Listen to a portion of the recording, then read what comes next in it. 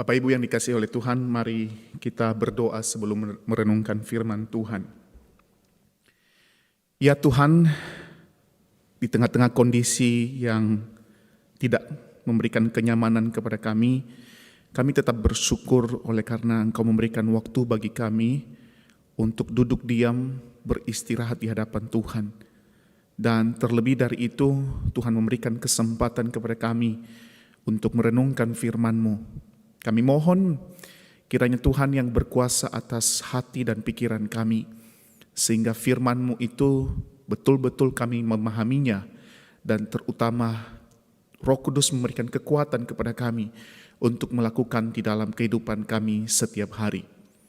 Kami berdoa untuk waktu ini, Tuhan yang hadir di tengah-tengah kami, baik di dalam gereja ini maupun di tempat kami masing-masing. Kau juga tolong hamba-Mu dalam segala keterbatasan. Biarlah Tuhan pakai menjadi saluran berkat dan saluran pemberitaan firman Tuhan yang benar kepada seluruh jemaat-Mu yang ada di tempat ini dan yang ada di rumah. Berfirmanlah kepada kami ya Tuhan, karena hati kami siap mendengarkan sabda-Mu. Di dalam nama Yesus, firman yang telah menjadi manusia, kami berdoa. Amin. Saudara yang dikasihi oleh Tuhan, mari kita membuka satu bagian firman Tuhan di dalam Ayub pasal yang pertama. Ayub pasal yang pertama, tetapi saya tidak akan membaca semuanya saudara. Saya hanya membaca ayat yang pertama sampai ayat yang ketiga, dan kemudian saya membaca ayat yang ke-20 sampai ayat yang ke-22. Dan saudara bisa membaca seluruhnya sebenarnya. Kesalehan Ayub dicoba. Ada seorang laki-laki di tanah Uz bernama Ayub. Orang itu saleh dan jujur. Ia takut akan Allah dan menjauhi kejahatan. Ia mendapat 7 anak laki-laki dan 3 anak perempuan. Ia memiliki 7.000 ekor kambing domba, 3.000 ekor unta, 500 pasang lembu, 500 keledai betina, dan budak-budak dalam jumlah yang sangat besar. Sehingga orang itu adalah yang terkaya dari semua orang di sebelah timur. Ayat yang ke-20 saudara. Maka berdirilah Ayub, lalu mengoyakkan jubahnya, dan mencukur kepalanya, kemudian sujudlah ia dan menyembah, katanya, dengan telanjang aku keluar dari kandungan ibuku, dengan telanjang juga aku kembali ke dalamnya. Tuhan yang memberi, Tuhan yang mengambil, terpujilah nama Tuhan. Dalam kesemuanya itu Ayub tidak berbuat dosa dan tidak menuduh Allah berbuat yang kurang patut. Demikianlah firman Tuhan saudara. Yang berbahagia adalah setiap kita yang terus rindu akan firman Tuhan, dan terutama kita terus melakukan dan rindu melakukan firman Allah di dalam kehidupan kita setiap hari. Shalom. Shalom saudara. Selamat tahun baru buat seluruh jemaat IPC, baik yang ada di dalam gereja ini maupun yang ada di rumah masing-masing. Saudara, perkenalkan sedikit, saya Guru Injil Melki, seperti tadi yang Pak Jeffrey kasih tahu, dan saya hari ini ada bersama-sama dengan saudara untuk memberitakan firman Tuhan. Nah saudara yang dikasihi oleh Tuhan, mari kita merenungkan bagian firman Tuhan pada pagi hari ini. Saudara yang dikasihi oleh Tuhan, sekitar abad pertengahan atau sekitar abad awal 17 atau abad 18, ada seorang yang bernama Philip Jacob Spinner. Dia memprakarsai sebuah gerakan kesalehan di dalam gereja pada waktu itu.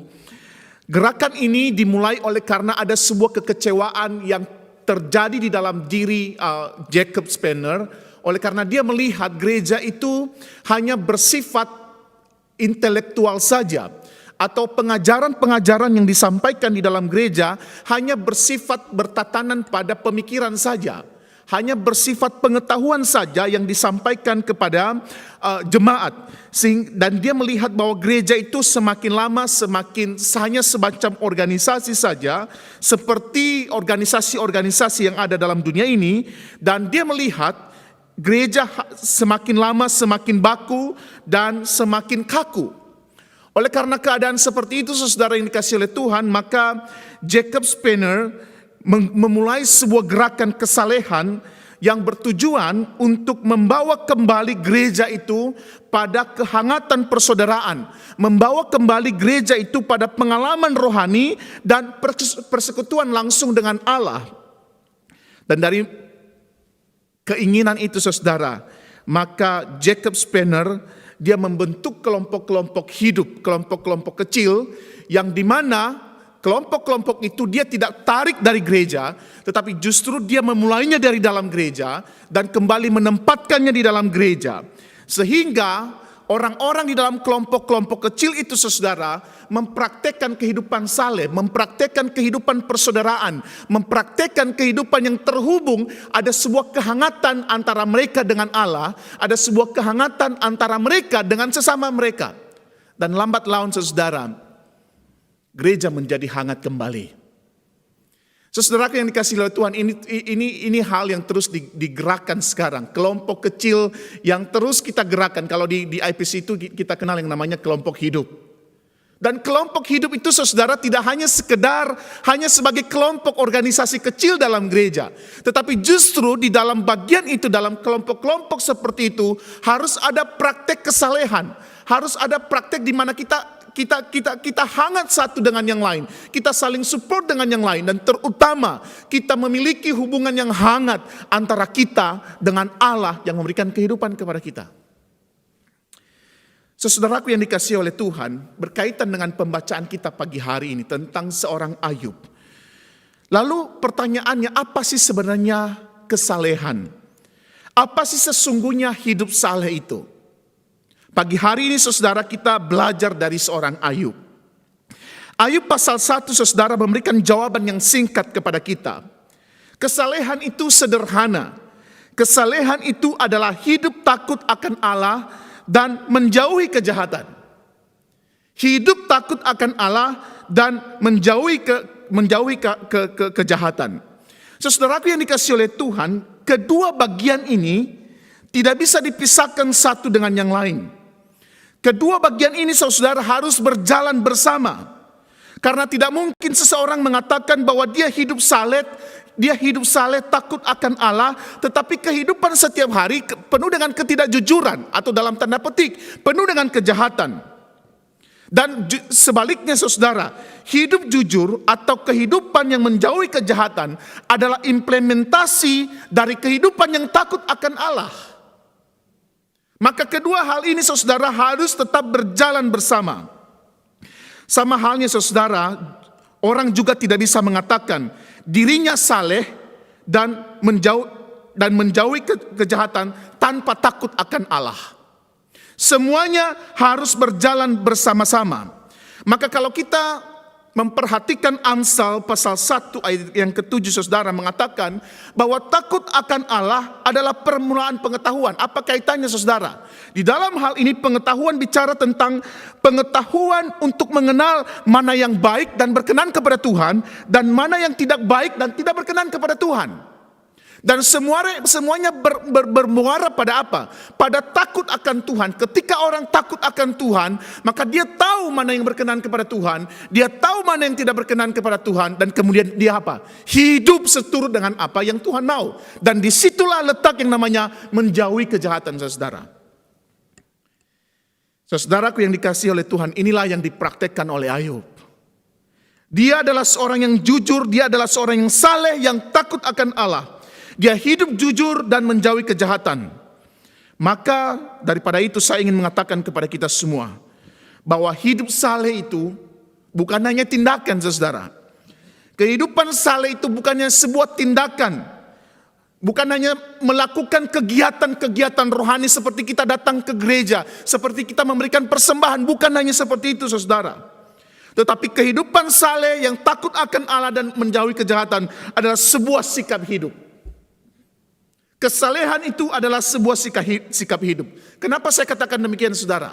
Karena kalau kita melakukan kesalehan itu hanya sebuah tindakan rohani, hanya sebuah kegiatan rohani, maka lambat laun saudara, itu akan membosankan bagi kita.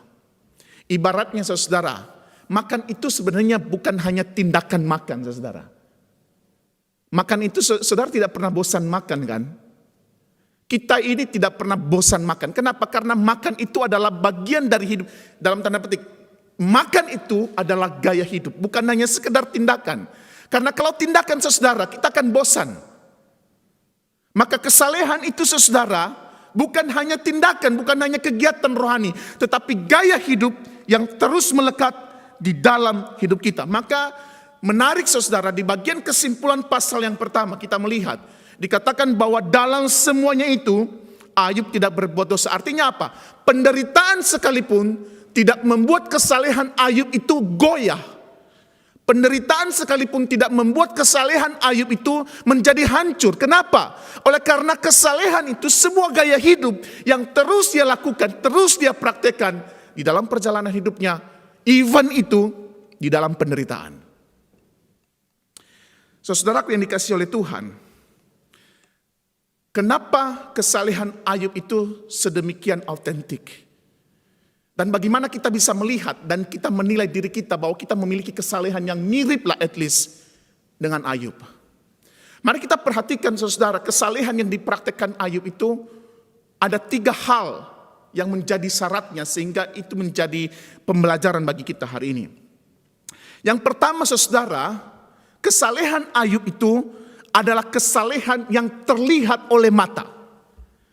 Kesalehan yang dipraktekkan atau gaya hidup saleh yang dilakukan oleh Ayub sangat kasat mata, terlihat oleh mata kepala sendiri dari orang-orang yang ada di sekitarnya.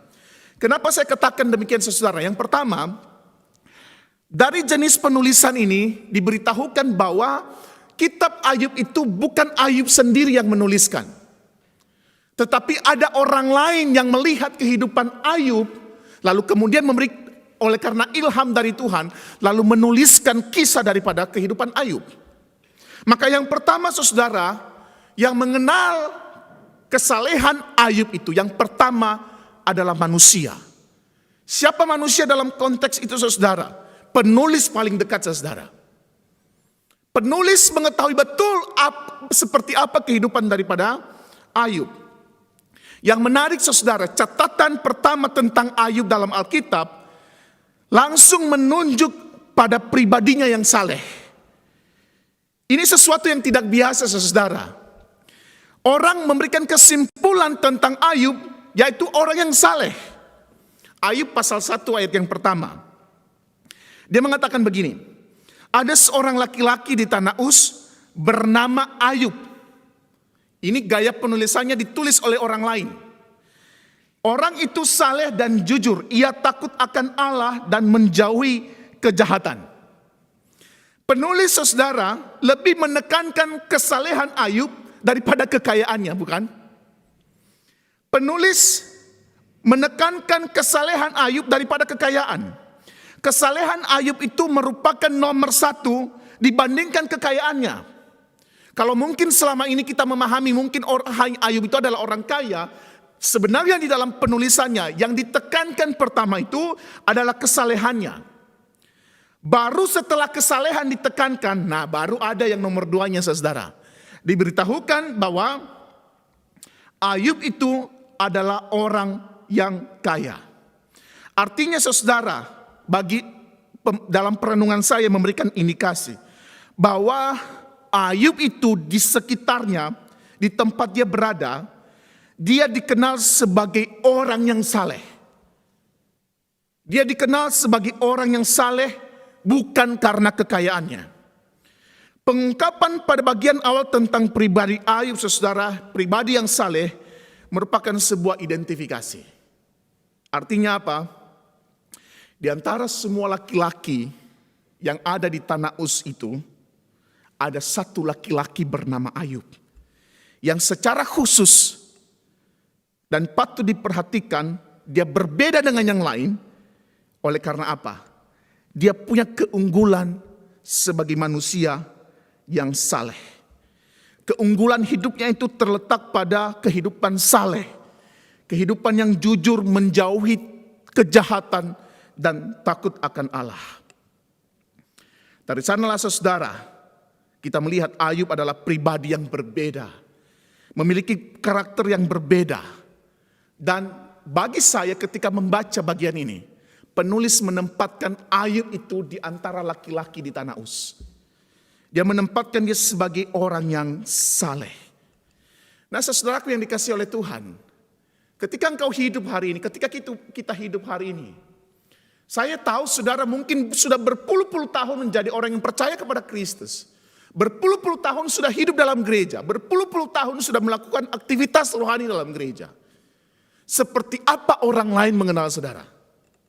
Apa kesimpulan orang lain tentang saudara? Apa pandangan orang lain tentang saudara? Ketika saudara ada di depan mimbar, apa pandangan orang lain? Betulkah kita mempraktekkan hidup saleh atau justru kita membuat kesalehan itu semacam tren saja? Kenapa saya katakan tren, saudara? Karena banyak orang mengaku saleh atau hidup rohani, tetapi di dalam kenyataan hidupnya tidak seperti itu. Bahkan hidup orang yang mengatakan hidup saleh itu lebih hancur daripada orang yang tidak mengerti apa-apa. Maka perlu kita merenungkan hal ini, saudara. Di awal tahun 2022, khususnya di tahun 2022 ini ketika kita mempraktekkan kehidupan saleh setiap hari. Betulkah orang lain melihat kita sebagai orang yang saleh? Betulkah orang bisa memberikan kesimpulan, oh saya mengenal guru Injil Melki sebagai orang yang saleh. Saya mengenal orang ini sebagai orang yang saleh. Dan suatu saat mungkin orang akan memberikan kesimpulan. Aku mengenal seorang laki-laki, aku mengenal seorang ibu, aku mengenal seorang kakak. Bernama ini hidup saleh. Saudara yang dikasihi oleh Tuhan, perlu kita renungkan hal ini dalam perjalanan kita. Khususnya di tahun 2022. Oknum yang kedua yang mengenal kesalehan Ayub adalah Allah sendiri. Saudara, kalau kita membaca bagian ini, mungkin kita berkata, kalau manusia itu kan cuma bisa melihat dari luar, bukan? Ketika saya ketemu saudara, saya tidak kenal hati saudara.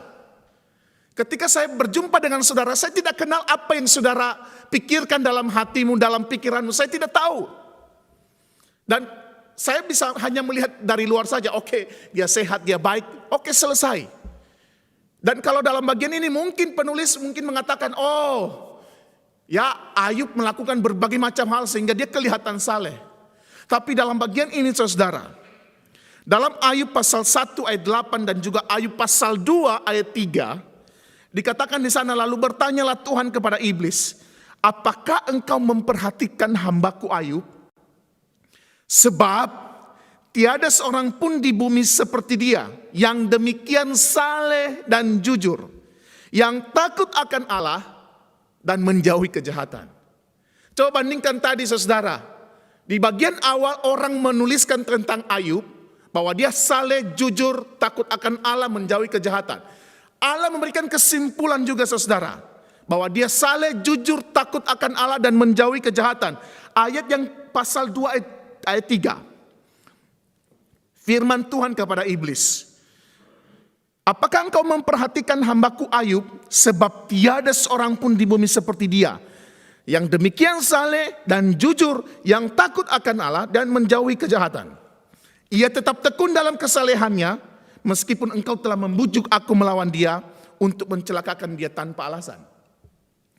Jelas bukan saudara di bagian ini?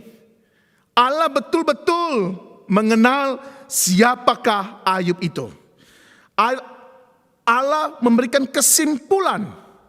Allah dengan berani memberikan kesimpulan yang jelas tentang Ayub sebagai satu-satunya manusia di bumi, manusia yang setia kepada Allah, punya hubungan yang konsisten dengan Tuhan dan berperilaku menjauhi kejahatan. Kalau sampai demikian saudara penilaian Allah, maka perilaku Ayub itu, kehidupan Ayub itu merupakan acuan bagi kita hari ini, bukan? Allah sudah memberikan sebuah kesimpulan tentang seseorang. Allah sudah memberikan kesimpulan tentang kualitas hidup seseorang. Maka itu menjadi acuan bagi saya dan saudara hari ini di dalam perjalanan kita. Kenapa saudara? Karena kalau tidak, ada satu ayat di dalam Matius pasal 7 ayat 22. Pada hari terakhir banyak orang akan berseru kepadaku, Tuhan, Tuhan, bukankah kami bernubuat demi namamu dan mengusir setan demi namamu? dan mengadakan mujizat demi nama-Mu juga. Ini kan sebuah praktik kesalehan, bukan saudara? Tetapi pada waktu itu aku akan berterus terang kepada mereka dan berkata, aku tidak mengenal kamu. Enyalah daripadaku kamu sekalian pembuat kejahatan. Saudara, kalau kesalehan itu hanya sekedar kegiatan rohani dan tidak pernah ada dalam tanda petik, saya katakan begini saudara, pengakuan yang jelas daripada Tuhan. Tidak ada kesimpulan bahwa memang kita melakukan itu seperti yang Tuhan inginkan. Maka ini menjadi ancaman bagi saya dan saudara. Saudara, ketika engkau mempraktekkan kesalahan, betul-betul pikirkan, akankah Allah memberikan kesimpulan kepadaku bahwa aku adalah pribadi yang saleh? Ketika saudara beribadah hari ini, baik yang ada dalam gereja maupun di rumah, pikirkan baik-baik dan pertanyakan hal ini. Akankah Allah memberikan kesimpulan? Akankah Allah melihat saya bahwa aku melakukan ini betul-betul oleh karena aku melihat Tuhan?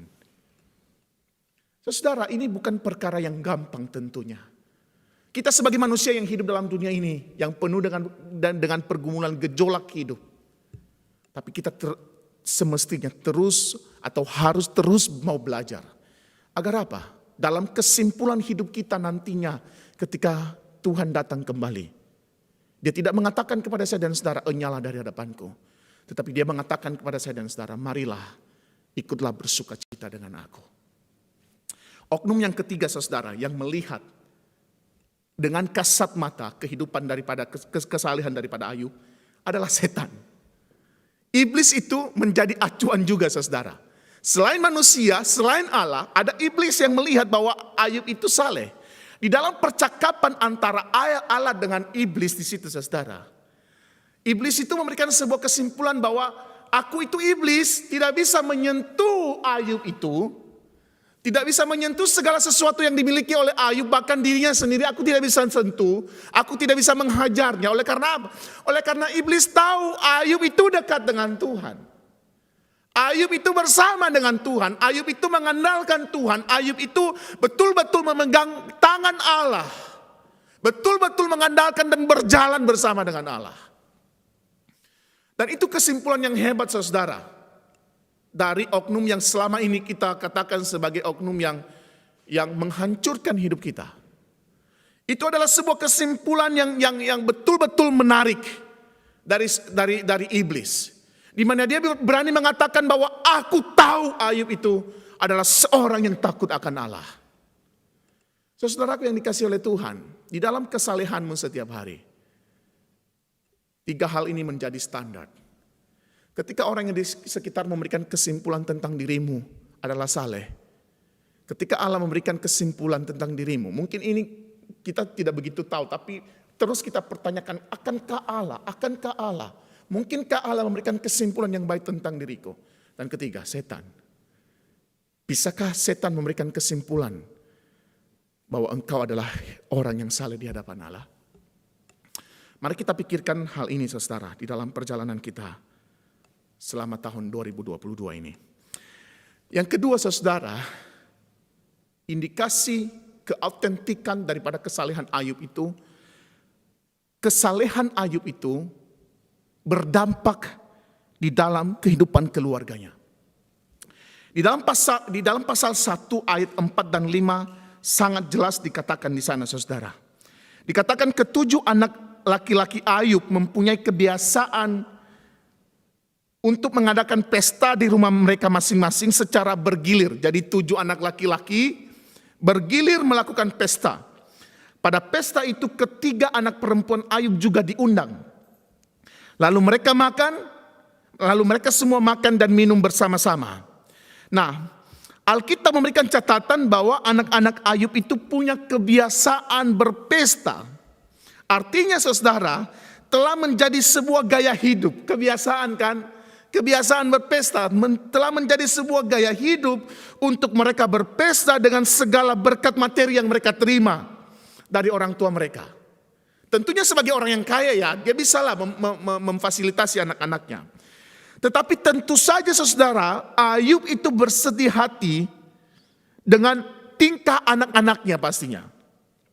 Itu sebabnya kalau kita memperhatikan ayat berikutnya, Ayub selalu berdiri di hadapan Tuhan atas nama anak-anaknya dan berdoa kepada Tuhan.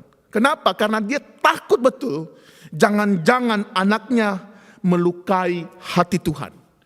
Jangan-jangan anak-anaknya ketika berpesta melukai hati Tuhan. Ayat yang kelima saudara. Sehabis pesta Ayub selalu bangun pagi-pagi. Jadi bayangkan tadi malam mungkin mereka berpesta. Ayub pagi-pagi bangun, dia bangun pagi-pagi. Dan mempersembahkan kurban untuk tiap-tiap anaknya. Supaya mereka diampuni Tuhan. Sebab Ayub berpikir, boleh jadi anak-anak itu sudah berdosa dan menghina Allah tanpa sengaja.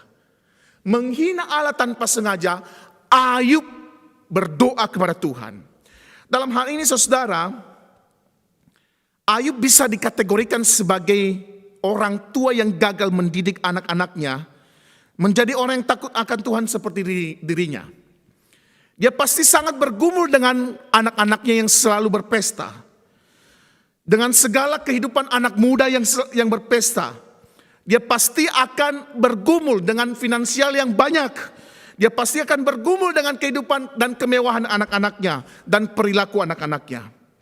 Itu sebabnya saudara. Karena pergumulan itu dan karena kesalehan hidupnya tadi di hadapan Tuhan.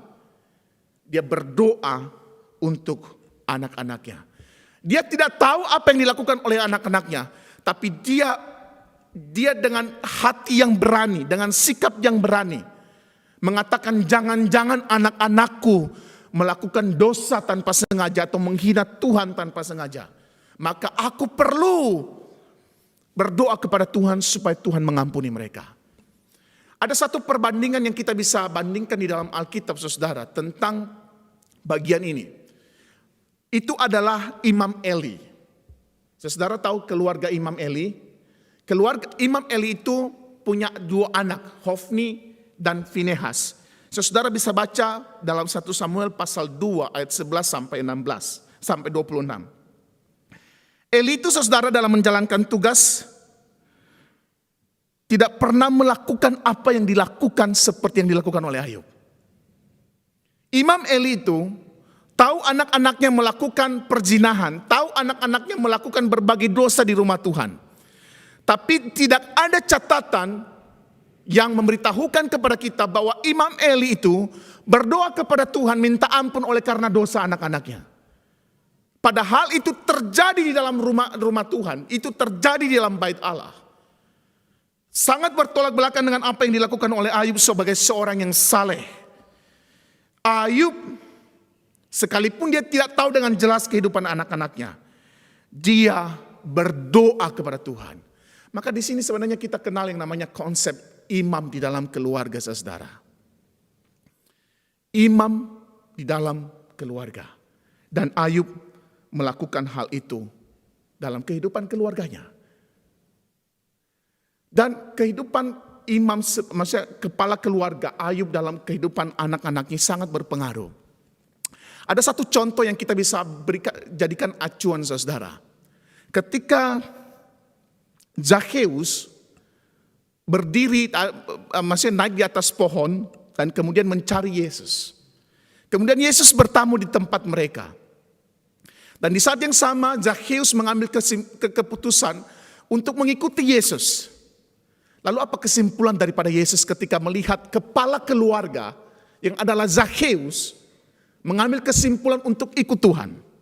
Apa yang dikatakan oleh Yesus? Yesus mengatakan, hari ini telah terjadi keselamatan di dalam rumah ini. Saudara, betapa pentingnya peran imam dalam keluarga.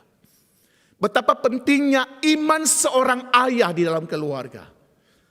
Betapa pentingnya iman seorang orang tua di dalam keluarga. Dan iman itu hadir atau muncul dari kesalehan. Iman itu muncul dari hidup takut akan Allah. Saudaraku yang dikasihi oleh Tuhan, saya lihat yang ada hari ini, mungkin kita sudah level orang tua. Saudara, betul-betulkah hidup kita di rumah itu memberikan pengaruh yang baik kepada anak-anak kita apa tidak? Saudara, ada 3 persoalan besar dalam dunia kita hari ini. Berkaitan dengan kesalehan yang berdampak di dalam keluarga. Yang pertama, saudara, banyak orang yang menyatakan diri sebagai orang yang begitu rohani. Dikenal orang banyak melalui kebaikan-kebaikan. Tetapi di dalam rumah tidak pernah ada yang namanya kerohanian itu. Malah yang terjadi sebaliknya. Kehidupan di luar rumah, di gereja, kelihatan begitu saleh, begitu alim. Tetapi sampai di rumah tidak pernah membawa yang namanya damai sejahtera. Saudara, ini persoalan kita hari ini. Persoalan yang kedua, saudara, ada banyak orang tua hari ini. Khususnya orang tua atau pembelajaran bagi orang yang menjadi orang tua. Menyuruh anak-anaknya berbakti kepada Tuhan. Beribadah di gereja. Sedangkan mereka sendiri tidak pernah berbakti dan tidak pernah pergi ke gereja. Seharusnya saudara, orang tua itu adalah guru bagi anak-anaknya. Jika orang tua, ayah, ibu rajin ke gereja, maka saya yakin anak-anaknya juga akan ikut. Ingat gak saudara istilah yang ada di negara kita? Jika guru kencing berdiri, maka murid kencing berlari. Saya pikir bukan hanya itu saja saudara. Jika guru kencing berdiri, maka murid akan kencing bukan hanya berlari, tapi lompat-lompat saudara. Apa artinya? Guru itu punya peran penting. Dan guru di dalam hal ini, dalam konteks kita punya keluarga, adalah orang tua. Kalau orang tuanya benar, maka saya yakin kehidupan anaknya juga akan benar. Hal yang ketiga saudara, persoalan yang terjadi dalam dunia kita hari ini. Ada banyak orang tua, ada banyak di antara kita tidak tahu harus berbuat apa untuk mendidik anak. Kita tidak punya bekal, kita tidak punya senjata, kita tidak punya pengetahuan yang banyak untuk mendidik anak. Maka langkah pertama yang menurut saya saudara perlu lakukan adalah sujud di hadapan Allah. Meminta hikmat daripada Dia agar diberikan pengetahuan dan hikmat bagaimana cara mendidik anak supaya bisa takut akan Allah dan hidup benar di hadapan Allah. Saudara, hal yang ketiga, hal yang terakhir. Kita melihat keautentikan daripada kesalehan Ayub itu terjadi, kelihatan ketika Ayub menghadapi penderitaan. Saudara, kalau kita memperhatikan seluruh ayat ini, maka ada beberapa penderitaan yang betul-betul dialami oleh Ayub. Yang pertama saudara, musuh menyerang dan merampok lembu, sapi dan keledai Ayub. Penjaganya pun terbunuh. Kambing domba dan penjaganya disambar api. Unta dirampas musuh dan penjaganya terbunuh. Semua anak-anak Ayub yang tadi berpesta itu mati oleh karena bencana alam. Dan yang terakhir, persoalannya adalah Ayub diserang oleh penyakit yang sangat parah. Bayangkan ini saudara, dari tadinya begitu kaya, dari tadinya begitu punya keluarga yang harmonis, dari tadinya yang dulunya tubuhnya masih sehat, tiba-tiba ada di satu titik tidak punya harta apa-apa, tidak punya anak, tidak punya kesehatan tubuh. Bahkan di dalam catatan Ayub pasal yang kedua, istri daripada Ayub meminta Ayub untuk mengutuki Allah. Artinya dalam konteks itu tidak ada satupun yang mendukung Ayub. Bahkan kalau saudara membaca Ayub seluruhnya, tidak ada satupun temannya Ayub yang memberikan dukungan moral kepada dia. Artinya Ayub hidup sebatang kara di dalam kondisi yang dia alami pada saat itu. Tapi apakah itu membuat Ayub menjadi layu? Apakah membuat itu menjadi layu di hadapan Allah? Saudara, justru itu terjadi sebaliknya. Kalau pada hari ini ketika orang mengalami hal-hal yang seperti tadi, mungkin orang akan menyesali Allah dan menyalahkan Allah. Mungkin orang akan larut dalam kesedihan dan duka cita. Mungkin orang akan melampiaskan depresi itu dengan cara-cara duniawi. Mungkin orang akan kecewa kepada Tuhan. Mungkin orang akan meninggalkan Tuhan atau menyalahkan orang lain. Tetapi sebaliknya yang terjadi. Oleh karena kesalehan, oleh karena takut akan Allah yang ada dalam Ayub. Dia mengatakan begini saudara. Dengan telanjang aku keluar dari kandungan ibuku. Dengan telanjang juga aku akan kembali ke dalamnya. Tuhan yang memberi, Tuhan yang mengambil, terpujilah Tuhan. Saudara, ini tidak muncul dari hidup orang yang biasa-biasa saja. Ini tidak muncul dari orang yang tidak takut akan Tuhan. Konsep ini tidak akan pernah muncul dari orang-orang yang tidak mengenal Tuhan, bahwa Tuhan itu adalah Maha Pemberi, penguasa, pemilik segalanya. Konsep ini tidak akan muncul dari orang-orang yang hanya sekedar mempraktekkan kesalehan itu tanpa kesungguhan hati. Kesimpulan Ayub di dalam ayat yang ke-21. Di dalam ayat yang ke-21 adalah kesimpulan yang lahir dari kehidupan yang saleh, yang takut akan Tuhan. Saudara, kesimpulan ini sebenarnya kita tahu jadinya ada makna yang amat dalam bagi kita. Ketika Ayub mengatakan begitu, maka dia sebenarnya ingin mengatakan begini, apapun yang dimiliki adalah pemberian Tuhan. Maka daripada itu Allah berhak mengambil kembali apa yang dimilikinya. Yang kedua, Allah punya kedaulatan yang penuh memberikan apapun kepada orang yang percaya kepadanya. Dan Allah juga punya kedaulatan yang penuh untuk mengambil semuanya itu. Artinya saudara, yang ketiga, ketika Ayub mengatakan terpujilah Tuhan yang memberi, Tuhan yang mengambil, terpujilah Tuhan. Artinya begini sebenarnya.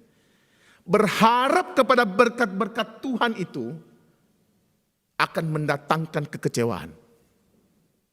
Tetapi berharap kepada Allah yang hidup akan mendatangkan kebaikan dan damai sejahtera.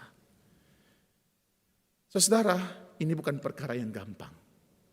Maka perlu saudara pertanyakan ini, ketika saudara datang kepada Tuhan itu, mau cari Tuhannya atau mau cari berkatnya? Kalau kita datang kepada Tuhan hanya untuk mencari berkat dan bukan mencari Tuhannya, maka ketika berkat itu hilang, kita akan kecewa. Tetapi kita datang kepada Tuhan untuk menikmati Tuhan dan menikmati persekutuan dengan Dia. Sekalipun berkat itu hilang, tidak akan terjadi kekecewaan. Kenapa? Karena kepuasan kita adalah pribadi Tuhan sendiri. Saudara yang dikasih oleh Tuhan, di tahun yang kedua 2022 ini, kesalehan itu merupakan kunci utama bagi hidup kita. Terutama di masa-masa seperti ini, kesalehan itu, takut akan Allah, merupakan senjata utama bagi kita sebenarnya. Kita tidak tahu apa yang akan terjadi besok. Kita tidak tahu apa yang akan terjadi kemudian. Tapi ketika kita memegang Allah, ketika kita bersekutu dengan Allah, maka tidak ada kekecewaan. Karena kita tahu Allah tidak akan pernah mengecewakan orang-orang yang dikasihinya. Amin saudara. Saudaraku yang dikasihi oleh Tuhan, kesalehan adalah sikap hidup yang terus harusnya kita praktekkan. Yang juga kesalehan itu harus terlihat dalam diri kita. Karena kesalehan itu bisa memiliki dampak yang baik bagi kehidupan kita sendiri dalam menghadapi dunia kita hari ini. Dan juga bisa memberikan dampak yang positif bagi orang yang ada di sekitar kita. Terutama siapa? Keluarga kita, istri, suami, anak-anak kita, cucu kita, dan orang-orang yang ada di sekitar kita. Kiranya Tuhan yang memberkati saya dan saudara di dalam perjalanan kita di tahun 2022. Saya yakin perjalanan kita tidak gampang, tapi bersama dengan Allah kita pasti bisa melewatinya. Karena di depan Tuhan menyiapkan segala sesuatu indah pada waktunya. Tuhan Yesus memberkati saudara, mari kita berdoa. Bapa di surga, kami sungguh bersyukur kepadamu pada pagi hari ini. Engkau mengingatkan kami bagaimana kami harus hidup di dalam Engkau.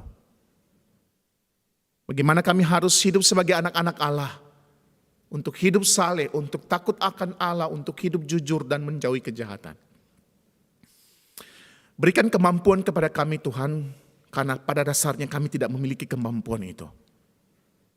Berikan kekuatan kepada kami, berikan hati yang teguh kepada kami, untuk senantiasa melihat hanya kepada Engkau. Pagi hari ini hamba berdoa buat jemaat IPC. Di tengah-tengah kondisi yang mereka alami hari ini, mungkin ada yang sakit, mungkin ada yang sedang bergumul di dalam kehidupan sehari-hari. Tuhan berikan jalan keluar bagi mereka. Tuhan jamah, Tuhan sembuhkan mereka. Biarlah Tuhan sendiri menjadi kepuasan bagi mereka. Jikalau ada orang yang kecewa hari ini, kecewa oleh karena cinta yang mereka tidak bisa dapatkan, kecewa oleh karena hal-hal yang lain yang mereka tidak bisa miliki, Tuhan, hadirlah di dalam diri mereka. Jadilah kepuasan bagi jiwa mereka yang haus akan kepuasan itu. Berdoa untuk seluruh penatua yang ada di gereja ini. Tuhan juga tolong mereka di dalam mengelola gereja ini. Tuhan mampukan mereka untuk membawa Injil Kristus dan memuliakan Allah di dalam gereja ini. Berdoa untuk para hamba-hamba Tuhan, kiranya kasih karunia Tuhan yang terus menyertai mereka. Terima kasih Bapa di surga. Terima kasih untuk firman-Mu pagi hari ini. Dan kiranya Tuhan yang terus bersama kami dalam perjalanan di tahun 2022. Di dalam nama Yesus kami berdoa. Amin.